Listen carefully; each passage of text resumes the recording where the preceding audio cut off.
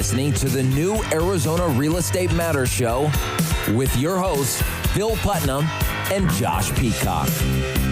And now, here's Phil and Josh. Good afternoon, and welcome to Arizona Real Estate Matters. Brought to you by, brought and talk. They sound the same.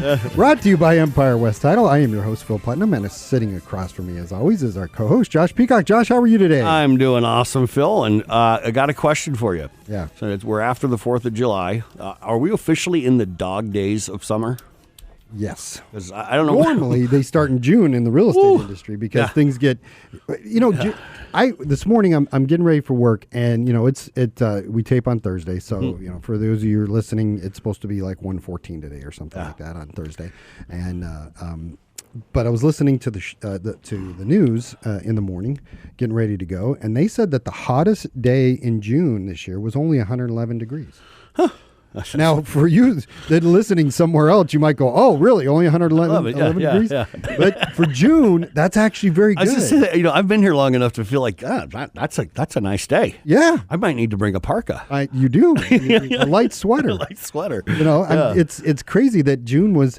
It was a weird month. Yeah. I mean, the real estate market was still fairly, stable. We didn't see our normal summer dip that I normally see. I mean, we weren't seeing the big spring numbers, but usually we see that dip in June, July, and going into August. And, speak for yourself. I had a little dip in June, but anyway, ours didn't. Okay. And so, here we have lower than normal temperatures in June, and buyers were out buying. Sure. Maybe that's why they're out buying us, because we didn't have 122 degrees. Lower than normal temperatures at 111. But you're right. Here it is. Yeah. It's like we have a 107, 105, 104, whatever, and here it is the day after July 4th. Mm-hmm. It's supposed to be 114. So yes, today is officially the start of the dog days of summer. Days. Here we go, and it will last until July. Well, September. No. So because I brought it up, I saw it on Facebook. July 22nd is when all the rookies and the quarterbacks report to camp for the Cardinals.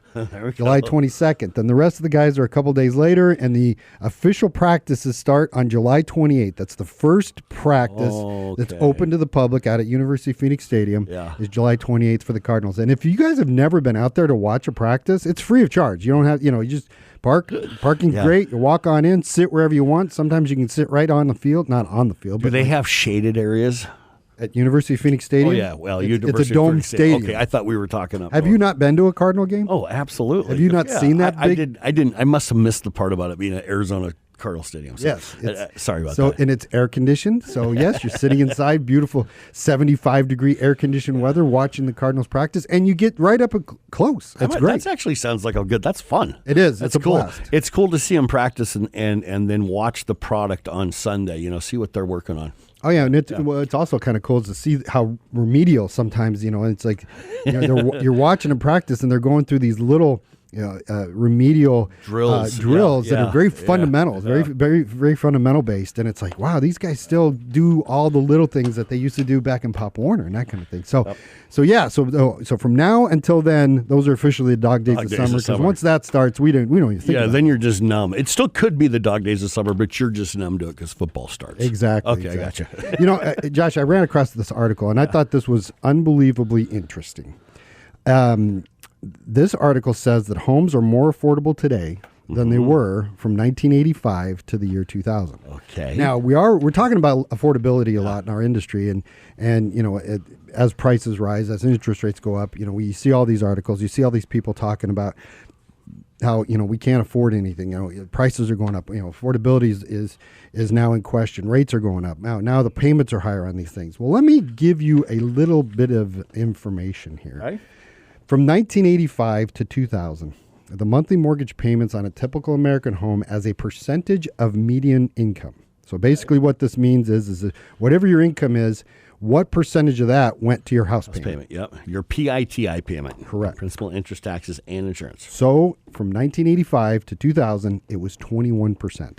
Now, 85 to 2,000, your ratio, your front end ratio was 21%. 21%. And I believe what we can confer with our lender guest here, but I think FHA is at 29 or 31 sometimes on the front end ratio, right? Yes. Okay. Yes. I got a thumbs up. So that's good. So yeah, okay, we're under that. So we are under that now. In the year 2006, which was a year before. Now this is the boom. This is the crescendo of the real estate boom in 2006. The year before everything started to crash, it was at 25.4%.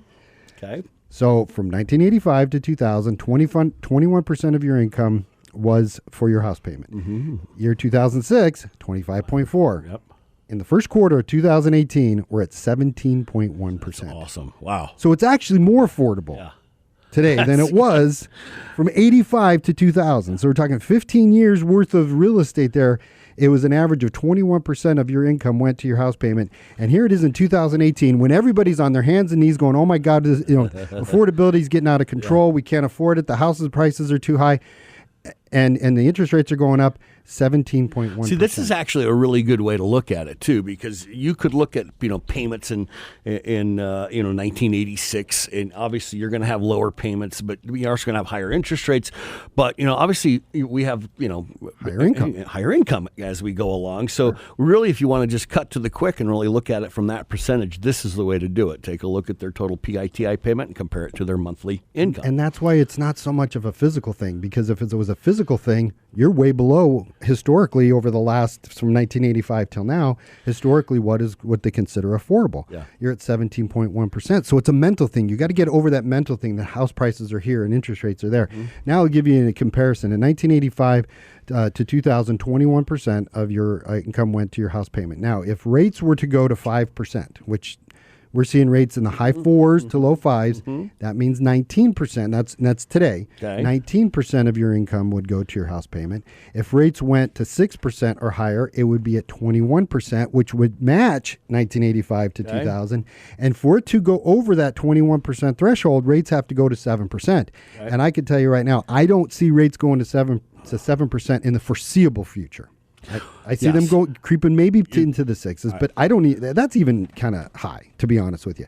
I think we're going to see a stabilization of rates somewhere between where they're at now and maybe the mid 5s. Yeah. And Brian, we're going to give you this one for when you have borrowers complaining, saying, you know what, my payments, well, you can just bring this up that historically you're less.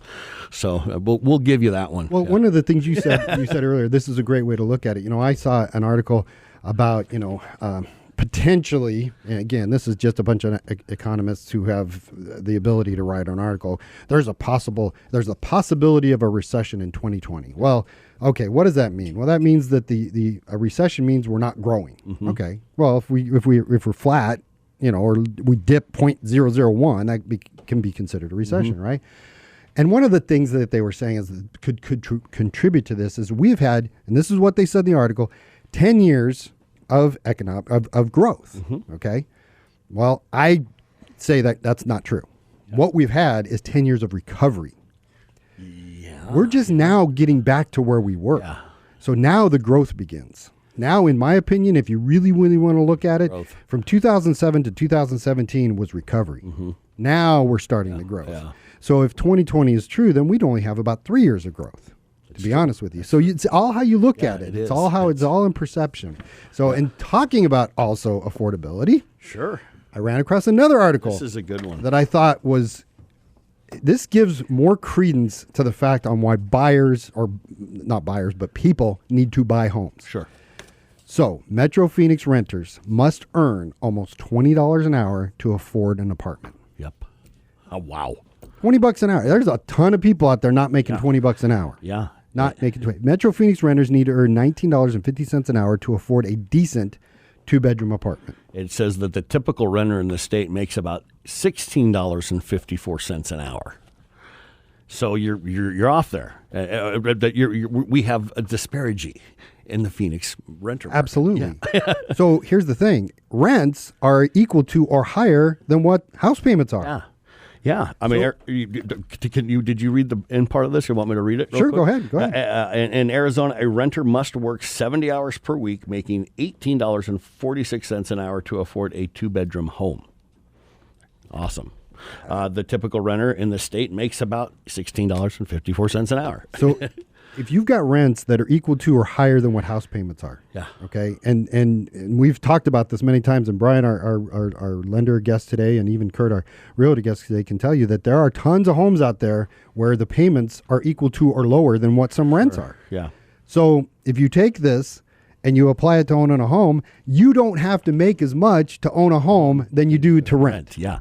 And we've brought this up in the past too. In some cases, you know, a lot of people say, well, you got to have a down payment. Well, you know what? You can do a down payment assistance programs. There's possibility you can get the seller maybe to pay. I don't know in this day and age if you can get the seller to pay. But nonetheless, you can almost get into a house for nothing. A lot of times with an apartment, you know, you got to get first month rent. You got to give a pet deposit, you know, whatever, security deposit. It can start getting expensive. Absolutely. So it makes sense to buy. We had some people over at our house last night, and there is a cousin-in-law, I guess you could call him. Yeah. I don't talk to the guy very much. He came by with his son, and it's actually my niece's husband. And real estate came up a little bit, and you know, and he talked about they were moving from a 2-bedroom apartment into a 1-bedroom apartment because they could save $200 a month. And I said, well, why haven't you thought about buying? Why are you doing this? Why don't you look into buying? He was like, oh, no, my credit score is really bad. Now, granted, the guy actually told me he had a credit score that was very low, very, very low. And I said, well, there are a lot of lenders out there that will work with you to increase your credit. Yeah. And he didn't know that. The other thing he didn't know, and he said, is I don't have a down payment. He had no idea. And again, if I would have talked to him much sooner, I don't see him that much, I would have told him this stuff. I said, there's down payment assistance programs out there. I said, you could be living in a 3-bedroom, 2-bath home for probably equal to or less than what your rent is for that 2-bedroom apartment that you're moving out of to that 1-bedroom. I mean, it just doesn't make sense for people. Ownership and pride in home ownership is huge. Even with a very low FICO score, there are people out there to help you. Yeah. Our lender guest today, Brian Bailey, he will do the same thing. Yeah. There's so many companies out there that are willing to help people get from point A to point B so they can become buyers. There's down payment assistance programs. There's literally, in my opinion, no reason why anybody today or in the near future should not be standing in line saying, I want to buy a home. Yeah. And you know what? Like lenders, Brian Bailey may be one of them. There's lots of them out there that, like you said, do have credit restoration. I wouldn't say, they do have programs that you can get into that help you repair your credit and help you become a homeowner. So, there's definitely no reason to not take a look at home ownership. Oh, absolutely. Absolutely. And a lot of it is just not knowing. People don't know. They look at their situation and they say, well, my FICO score is this and I don't have any money. I'm just going to be stuck renting for a long time and prices are going up and rates are going up. Well, guys, it's more affordable today to own a home than it was from 1985 to 2000. So it's not nearly as bad as you might think. We got a great show today. We're going to take a break. We'll be back after this.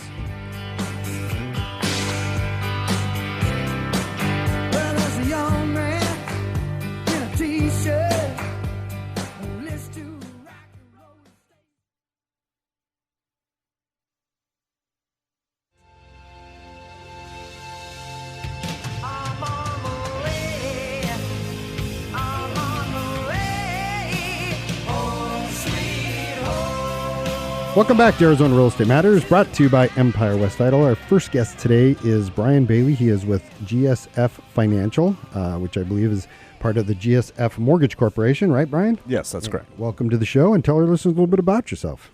Name's Brian Bailey. Started in the business about 10 years ago. Not as quite as 20, 30-year season as some people can brag about, but I think I don't know if that's a good thing or a curse. I'm not real sure about that. I don't know. Everything's changed so much in the last 5 years that I think it kind of negates anything previously. It's a completely different world nowadays. But come from the Midwest, come from northern Minnesota. It's same kind of values in the company. They're based out of Milwaukee.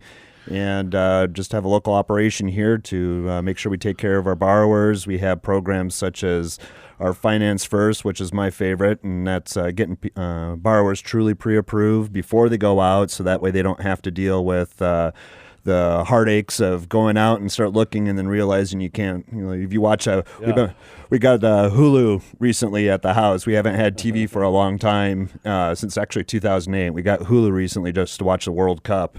Oh, yeah. And in the meantime, I've been watching some Property Brothers and some Fixer Uppers, and the gains over in Waco and stuff, and the scourge of the real estate industry. Yeah, or the exactly. HDTV stuff. And I'm a part-time hamster farmer, but I wanted this $1 million place in New York. Sure. Yeah. But in watching that, it was the idea of taking people into homes and the heartache that they have to deal with, and not understanding that the reality of where they actually sit. Where if they could start the process up front, no questions, no uncertainties going into it, take that stress out of it, and then get them to that point, and then turn them over to somebody like Kurt, who's going to take them and show them within their realms. So then it can be a enjoyable process rather than kind of a demeaning process. And finance it's a fully underwritten loan, basically, subject to the appraisal, inspection, and stuff like that. Exactly. Yeah. I get the application, run the credit, kind of get what's needed, take the basics, the system, what the application looks like it's going to need. We get them underwritten for their credit, their income, their assets, all the details that they're going to need as far as the borrower is concerned. Then we just need somebody like Kurt to marry up that product with a house, and then underwrite the house, the appraisal, and boom, we're done. I wanted to ask you, because in the intro segment we talked a little bit about credit, and I know that we were talking.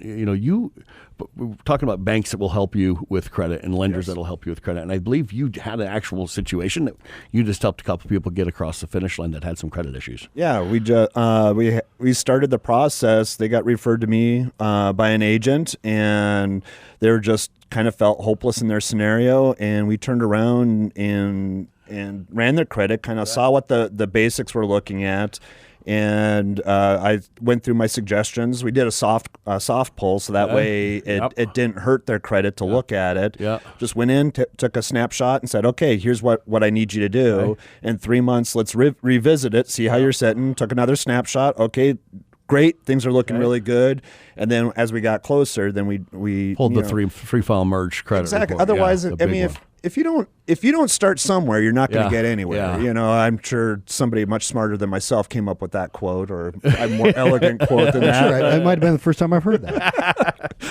or so non-eloquently put, anyways. But the fact is that maybe you're not ready today. Don't feel bad about that. Don't feel shamed about that. If you're not ready today, let's get you on that path. So in 6 months, you are ready. Maybe it'll take a year, but at least you're on that path going there. And that's where every journey begins. You have to take that first step. Yeah. Well, those individuals that always have an excuse for something, the reason they have is because they haven't talked to the professionals. Mm-hmm. We were talking during the break, and there's so much, talking about HGTV and these fix and flip shows and Property Brothers and all that stuff. If you want great design ideas, knock yourself out. Those are great shows to watch. But as far as the reality of what buying real estate and flipping real estate is concerned, don't take it verbatim. That's for sure, because that's not even remotely close. And we were talking about, it's like, if you really want to know what's going on in the real estate industry, don't watch TV, don't watch the shows, don't watch the news, because I was watching the news one night and they said something about real estate. The information was 6 months old. Yeah. Mm-hmm. It's not a true representation of what's going on in our market. And if you really want to know what's going on in the market, whether it be if you're a potential buyer or borrower or a seller, contact yourself. Call the professionals. Call Kurt, who's your realtor guest today. When we give out the phone numbers, call these guys and say, okay, here's where I'm at. What can I do? Can I buy? Can I sell? What? Give me the truth. And how much of that news that you get is local news? Even within Phoenix, Arizona, what's our population? 6 million? 6 million, yeah. Okay, so the going-ons of Apache Junction versus Chandler versus Scottsdale versus Glendale versus Surprise versus Flagstaff. I mean, where are you getting your news from? It's completely different. Across the valley, exactly. Well, okay, so you've got areas of town where not just a mile or two away, it's a different climate. Yeah. Not just cities, but a mile or two away. You've got areas out by you where there's one, the 55 plus area and next to a absolutely. Just crazy. Because during the real estate crash, you had the 55 plus area didn't get hurt as bad. Where just across Bell Road, 100 yards away, you had people that were, their houses were plummeting like crazy and they were doing short sales like crazy. But 100 yards across Bell Road, the 55 plus area is like, we're okay. So that is a good example, but you've got another example where I live where you have Surprise and then you have El Mirage. Well, El Mirage doesn't have a price per square foot. It's just literally right across Dysart or whatever road it is, and Surprise has a higher one. But this goes on throughout the valley. That's not just in my area. So then you're talking about not only that, but Arizona compared to other states. You can't compare apples and oranges, and that's what these people are doing, especially people coming from other places. Well, this is not how we did it where I'm from. Well, welcome to Arizona. It's not how, if you move to California, it's not how we do it in Arizona either. Yeah, and you're not going to go buy your meat at the butcher shop, and you're not going to go buy bread at the bakery. You're going to go to Fry's and get it all in one shot. But what you see on TV, it's a mix mash of all that stuff. Yeah. And that's what people think. Well, this is the way it is everywhere. Exactly. That's why you need to call. That's why if you're a buyer or a potential seller, you need to call these individuals and say, okay, what's going on out there? And you will, Brian, I know for a fact, and Kurt would as well. You'll tell them exactly the truth. This is what it's like out there. And sometimes it's very pleasant news because wow, I can actually buy a home. Or, let's say it's a seller going, wow, I have that much equity. I didn't realize I had that much equity in my home. This is really cool. We can take that. We can downsize because we're getting older in life and all that stuff. I didn't realize now I can pay cash for that next home. They had no idea. Or they can use a reverse for purchase if they're that segment where they can turn around and cash out that equity, take half of it, buy the next house that's the same size of what they just moved out of or the same value that they just moved out of, maybe upscaled the neighborhood but downscaled the size, but moved in there. And now they have a retirement and a home and no mortgage. Well, it's one of the coolest programs out there is out at H4P. H4P, yep. And it's a reverse for purchase mortgage. And I want to talk about that when we come back from break too, because a huge amount of our population is getting older. And as they get older, this needs to be looked at as a viable, it's not the old days of reverse mortgages. They're now government insured. They're very, very safe. I actually did a reverse mortgage escrow refi last month. And this month we're doing a reverse mortgage purchase this month. And it's no different than a regular loan. Some of the nuts and bolts on the interior are a little bit different, and you'll give us those nuts and bolts when we come back from break. We're talking to Brian Bailey with GSF Mortgage Corporation. We're going to take a break. We'll be back after this.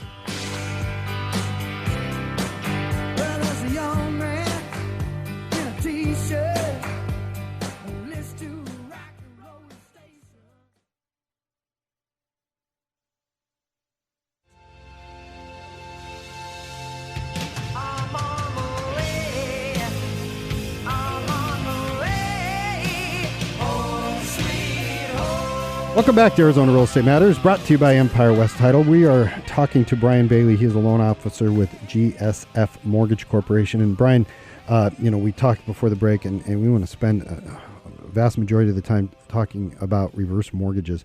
They're not just for refis, which, I was pleasantly surprised to find out, I think it was about a year or so ago, that you can actually purchase a home with a reverse mortgage. And I'm actually doing an escrow with one of those right now, which honestly on my end of it as an escrow officer, I'm not really seeing any difference as far as what I do. So it's not like some weird thing that we have to relearn or anything like that. So tell us how advantageous reverse mortgages, how one, advantageous, and two, how safe they are either for refi or a purchase. Well, they have the new reverse nowadays it's government insured. It's an FHA product. The government's there to protect the elderly in situations, keeping them protected from scam artists and the vultures out there. That they most of them have gone to the wayside, but they're still out there.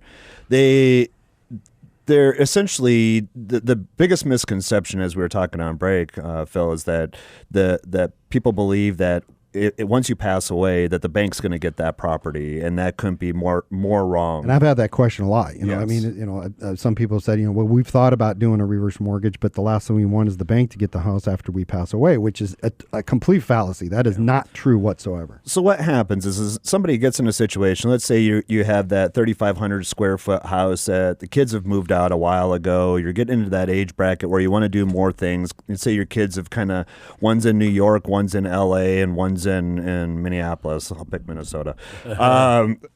And you want to be able to travel and visit the grandkids. Well, you're sitting on this 3,500 square foot house in Mesa. You don't need that. So let's say it's worth $600,000. You can turn around and call up Kurt, list that house for $600,000, turn around and buy a townhome, really nice townhome over on the golf course, say in Gold Canyon. There's some beautiful places over absolutely. there. You could go buy a $600,000 townhome. Take 300,000 of that six that you just sold your house for. Take 300 of it, put it down on a reverse for purchase. So, as Kurt is listing your property, he's finding you another. You put $300,000 Then you take the other $300,000 and help supplement your retirement. Now you have no payment. Yeah. Now, reverse mortgage, you still have to make your insurance and your taxes and your HOA payment. But as far as the actual principal and interest of it, you don't have to make that payment. You can. And a lot of times people are concerned, well, what this negative equity, it's going to eat away all my equity. Pay the interest then. Well, first of all, probably in one of your shows recently, you've talked about what the percentage of increase in value of the houses here. Mm-hmm. Well, you start putting that together and you scale it, and it kind of negates itself as equity eats away. The value is increasing, so they negate themselves. Well, if you're really concerned about it, make the interest payment. The payment. The principal's not going anywhere. And when that day comes, unfortunately, we got to talk about it. When that day comes and you pass along, and your beneficiaries are going to have a choice at that point. Do they keep the house? Well, they have, I believe it's 6 months to refinance it into their name, and they can keep it. If it's something that they don't want it, they can let the bank take care of it. And the bank will sell it and pay off the mortgage and give them the rest of the money. Or they can sell it themselves. That would be the best option in that scenario, because you're going to get top dollar. You're going to call Kurt again and say, hey, remember that townhouse you got for my parents? Go ahead and we need to get that listed, and he'll make sure to get top dollar. The bank's not going to make sure to get top dollar. No, they just want to get paid off. Exactly. Yeah. So they're worried about their interest, not absolutely, yours. Absolutely. But by no means are you losing your home. You still own your home as much as you own your home now. If you have a mortgage, it's the same scenario, and so I think that takes away a lot of the misconceptions that the reverse has. Well, I tell you, we have millions and millions of baby boomers out there. People born between 44 and 64. The largest growing group. It's overseen the millennials. It's overcome the millennial Absolutely, growth. Yeah. And as that group gets older, they're going to be primed for this type of product. You're going to see more and more and more of these, which is great. People need to pick up the phone, call you, and say, hey, what about this product?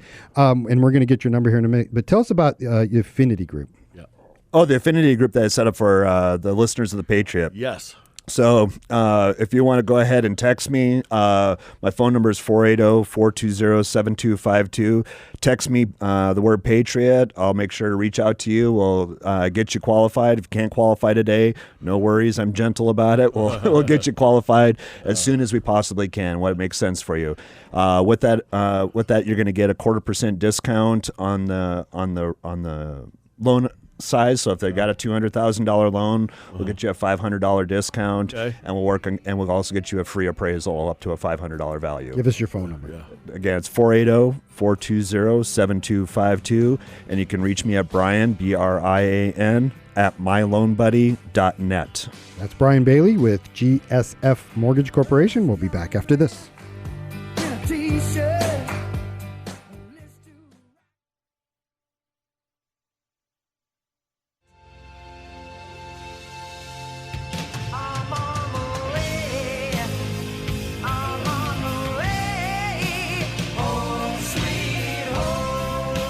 Welcome back to Arizona Real Estate Matters, brought to you by Empire West Title. Our next guest today is Kurt Nishimura. He is with Remax Excalibur. Kurt, welcome to the show. Hey, thank you very much. And tell our listeners a little bit about yourself. I've been in the real estate business really for over 30 years. I started off in accounting at a commercial real estate firm, and found myself in Pivotal Group in acquisitions, real estate acquisitions. It's one of the more profitable real estate investment companies here in Arizona. And in 2009, I actually went off on my own and started my own brokerage, and I also do consulting still for Pivotal Group and some other groups as well. My background includes hotels, senior living, multifamily, and luxury real estate, which includes residential. Yeah. Okay, so you got a commercial or multifamily background on top of just the regular Primarily, residential? it's a hotel background. Okay, hotels. Okay, But because multifamily basically is very similar products, same thing with senior living, I also delve into those areas as well. interesting. That's Interesting. great. Yeah, that's true. So we were talking with Brian, about the bad information that's out there, or the incomplete amount of information. They give you nuggets. You watch these TV shows, they give you nuggets about how to do this, how to do that, and you got house hunters, you got flip this house, love it or list it, and all these other things like that. It's great. It creates interest in our industry, which is great, but it gives a lot of incomplete information. I'm going to say it's false information. It's just not complete information.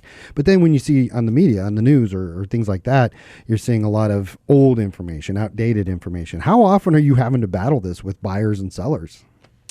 One of the things that I see a lot is people bring up the Zillow valuation. Yeah.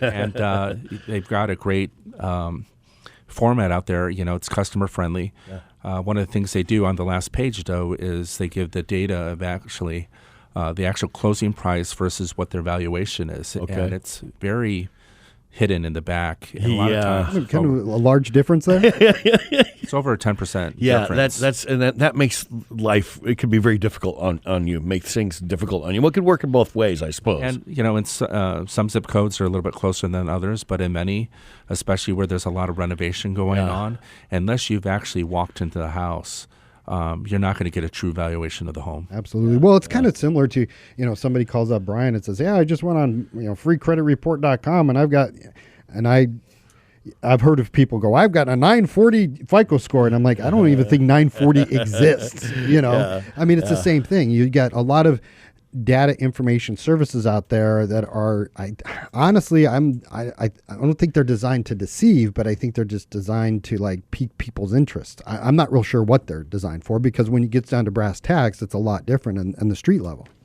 Well, a lot of times you'll have a splashy headline just to get people to read the article. Yeah. And some of that is national information, some of it is state information.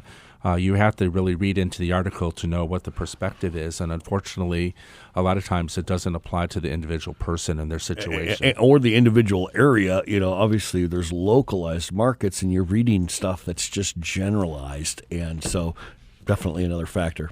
Yeah. So, a lot of people even suggest that they are the local expert in their market. But there are apps out there where you can go and actually see what people's production is. Okay. And whenever I'm receiving an offer on a listing that I have, I go to that to see how many transactions they've actually done. Mm-hmm. Because a lot of times there's a lot of, unfortunately, people that are just doing this on a part-time basis. Yeah. It's the whole thing about, I've been doing this 20 years, and my question, okay, that's great. You've been licensed for 20 years, but how many deals have you done? See, Kurt, that's really interesting, because I pull those reports. I know exactly what you're talking about, and I thought it would be something that would be a great tool for an agent that's, has another agent that's submitting an offer. And, you don't know, you may have an agent that does some business but has only worked with, with sellers, and now all of a sudden is a buy-side agent. So you can see all of that too, because that may make a difference. They may have a lot of business, but they've only worked on the list side, So interesting that you pull those. I like that. Thank you. Yeah. Well, and you also work in the luxury market. Correct. And that's a different animal. Again, we talked about comparing apples and oranges. The luxury market is a different animal compared to the standard residential market. Your standard, let's say $300,000 to $400,000 home, as opposed to a 1.5 or higher. A lot of times on the luxury side, these will be pocket listings, or really they won't even show up on the MLS. And the reason for that, it might be a high-profile person. Like a few years ago, Shaquille O'Neal was here back in 2008 trying to chase the title. Yep.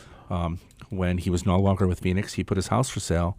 He didn't want every person that was more a Shaquille O'Neal fan just to be walking into his home. Sure. So in order to make sure that they're qualified people, it was an off-market pocket listing. Yeah. And if you're not part of that group, if you're not part of that group, you're not part of that luxury market, you're not going to probably even know that this house is out there. Yeah. So that gives you an edge as well. So if you've got somebody presenting an offer, you might be able to because you can not only look at how many deals they've done, but the price range of the deals they've done. So is this person an experienced luxury agent? Absolutely. agent? Yeah, those reports are huge, and I'm really happy to hear that you pull those. So, So, Kurt, you said something that I have never heard of, and at 35 years in the business, I've never heard of this. I know it sounds bells and whistles will go off. Really, Phil's never heard of something like this, though I never claimed to have seen or heard everything. But this one I thought was really, really cool. You called it right sizing. Explain what that is. Right sizing is not something that I made up. I can't say that I branded it or anything like that, but it really depicts what a lot of people that they had their kids graduate from college. They've got this big house now. They want the same lifestyle that they've been accustomed to, but that house that they're in simply doesn't work for them right now anymore. Yeah. So what they want to do is what I say right sizing. They want to go into a community where it still has the same great restaurants, access to entertainment that they've been accustomed to. They want to still be around their circle of friends that they've been accustomed to, but they simply want something that's maintenance-free. Uh-huh. So what they're doing, I like to call right sizing.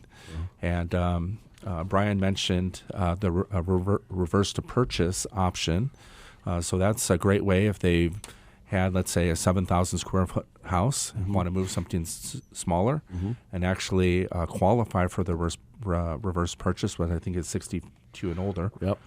That would be a perfect kind of retirement option where they can maintain their lifestyle. Yeah. So it's not necessarily downsizing, because that could have like a negative annotation to it. It's like, well, I'm downsizing. Correct. Well, you're not really downsizing. You're making a correction to make it right for you for the future. Yep. Correct. And, some of these houses that are sitting on 1 acre plus lots, just the monthly expense to maintain those is over $1,000. Yeah. And they don't have the kids anymore that are using the backcourt, sports court. So sure. It's really in their best interest to try to sell that and do something else. Well, and they don't want to spend their weekends, working in the yard. And if that's what they like to do, it's like, it's kind of like you have a big house that needs to be cleaned, and there's more of it. And if you have a bigger yard, it needs to be maintained, and there's more of it. It's like, why not spend your free time enjoying the rest of what you have left? Yeah. Exactly. Hey, I got a question for you. On your bio that you give us here, it mentions here that you were in 2018. You're the National Commercial Chair for the AREAA National and Treasurer for AREAA Global. What is AREAA? That's the Asian Real Estate Association of America. Okay. Also known as AREA. Okay, AREA. Okay, you can look it up at. It's a lot easier to say. Yeah, Yes. Very, very easy. Yeah. AREA.org. But what it is it's to help Asian and Pacific Islanders and basically all diversity groups in general with sustainable home ownership. And one of the reasons why it was formed is Asians trail the national average in home ownership by double digits. Now, why is that? A lot of times, especially if you're an immigrant, you don't really know because the real estate laws are different in each country. Yeah. They might be coming from countries where the banking system is not stable, so they don't really know how to establish credit. A lot of times they're paying cash for a lot of things. So even though they're making their monthly rental payments on a timely basis, they're not getting credit for that through the credit report. Okay. So it's really an educational process on how to help them get to that American dream. Yep. Yeah, that's interesting. So this is not just, a particular country. This is the Asian population. Correct. Yeah. And when you're talking the Asian population, you have some countries, predominantly Asian, such as Japan, where it's democratic, free country. People own real estate. Correct. Right across the China Sea, you have China. Correct. Communist country. Very few people own real estate. They have housing, which is great, but they just pay rent. Now you have somebody from Japan come over here, and they may be a little bit more accustomed to, okay, I can own a home. That's one thing, but somebody comes over from China, it's like, wait a minute, I can actually own real estate? I mean, so it's not just, you have to pretty much educate these people, like, look, this is a possibility, correct? Absolutely. In a communist country, you don't know with a regime change or something else whether or not they're going to be taking some of your wealth. And some of the high-profile athletes, Yao Ming, Li Na, they're going to be threatening to take some of their career earnings. So a lot of Chinese and Asians like to buy real estate because while they might be able to wire transfer money out of your account because they're national banks, it's very hard to take a piece of property from the United States and bring it back to China. Yeah. So I think they've tried. Yeah. We had a lot of Chinese investment over the years, so I think they tried, and that's backed off a little bit. But there's still a lot of Asian investment in the United States, not just China, but Japan and some of the other Asian countries. Most of the investment has been on the West Coast because we're closest to China and those Asian countries. But they're starting to see the valuation differences where, California is going for anywhere from $500 to $800 to $1,000 a square foot. Wow. You go across the border to Vancouver, they're paying over $1,500 per square foot. $1,500 a square foot for real estate up in Vancouver.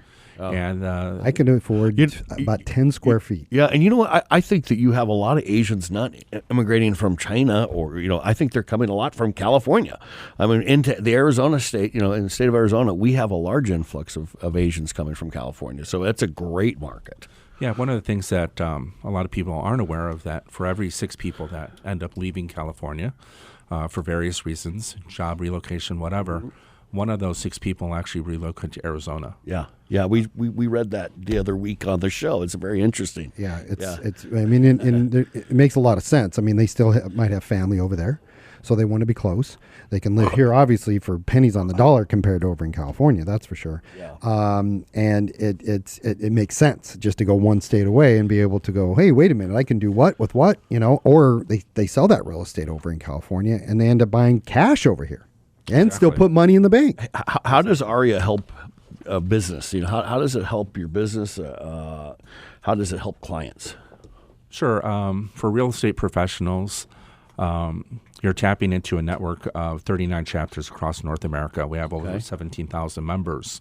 Wow. So if you want to be working the relocation business, you can be calling some of those California chapters where they have 1 out of 6 people moving to Arizona.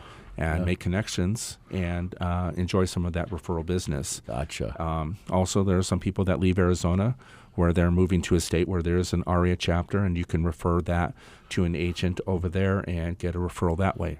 I think this is excellent. I've never actually even heard of this. I mean, I know we have a National Association for Hispanic and some other different types of groups of people, but I've never heard one for the Asian community. So I think this is phenomenal what you guys are doing here. But before your segment was over, I wanted to talk about these listings that you've got. You have one over on 65th Place in Paradise Valley. It's listed at $2,495,000. Tell us about that property. Great. This is sitting on 1.3 acres. It's just under 7,000 square feet, 5 bedrooms. It's got a den, 5.5 baths, 4-car garage, built in 2000. It was a custom build. It's gorgeous. The picture we have of it's just amazing. So the nice part about it, it's sitting in between mountain shadows. They've got new home product there. That's going for about $600 a square foot. Wow. If you look at the Ritz-Carlton, which is east of the property, they're taking reservations between $800 and $1,000 per square foot. Wow. And this custom home is priced right now under $300 and $350 a square foot.